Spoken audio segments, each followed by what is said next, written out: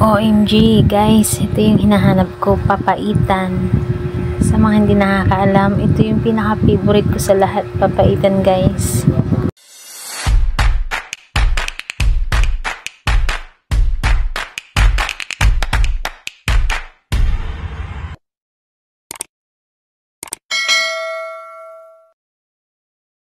So what's up mga guys, o yan, andito na nga kami sa Mangkok Restaurant. So dito gaganapin yung birthday ni Ana kasi akala niya walang magsusurprise sa kanya sa birthday niya. Pero na-surprise siya nung nakita niya mga kapatid niya dito, saka yung mga pamangkin ko. Kasi ang akala niya, 3 lang kami nakakain.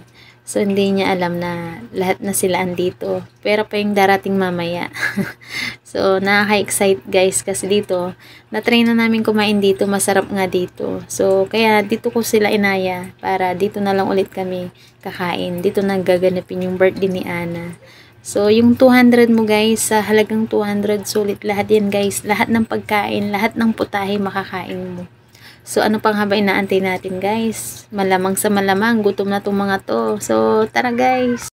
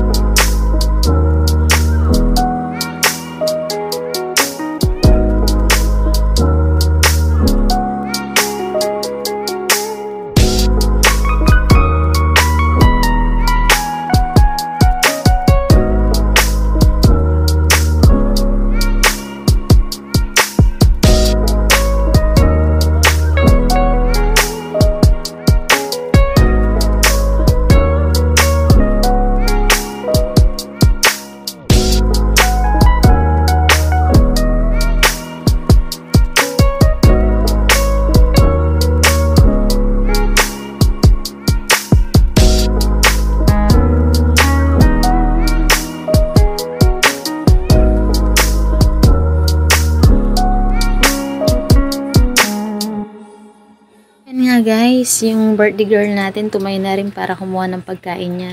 So dito guys, I assure ko sa inyo talaga na napakalinis dito, napakabait ng mga service crew, walang limit ang pagkain, kaya solve na solve ang 200 mo guys. So lahat, mabubundat ka talaga dito, lahat ng pagkain. Kung pwede nga lang lahat talaga kakainin ko talaga, kaso may limit talaga yung tiyan ko. So dito, saka dito guys, isa pa na nagustuhan ko, mababait ang service crew dito guys. Hindi kayo isnabin, talagang ititreat ka nila ng maayos, palabiro din sila. So ito na nga pala yung bayaw ko guys. Masusulit mo talaga bayad pag ito ang kasama mo. Kita nyo naman sa plato niya guys. Tara, tingnan natin. Ayan na. Ayan. Sulit talaga guys ang 200. So, pwede ka pang bumalik doon pag naubos mo yan. So, kung gusto nyo kumain dito, dito lang yan sa bypass guys, sa Mangkok Restaurant dito sa bypass. Busog ka na, hindi ka papagod. So, pag ginawa mo to sa bahay, nagluto ka, pagod na pagod ka. Kaya dito ko na lang sila inaya. So, thank you for watching guys.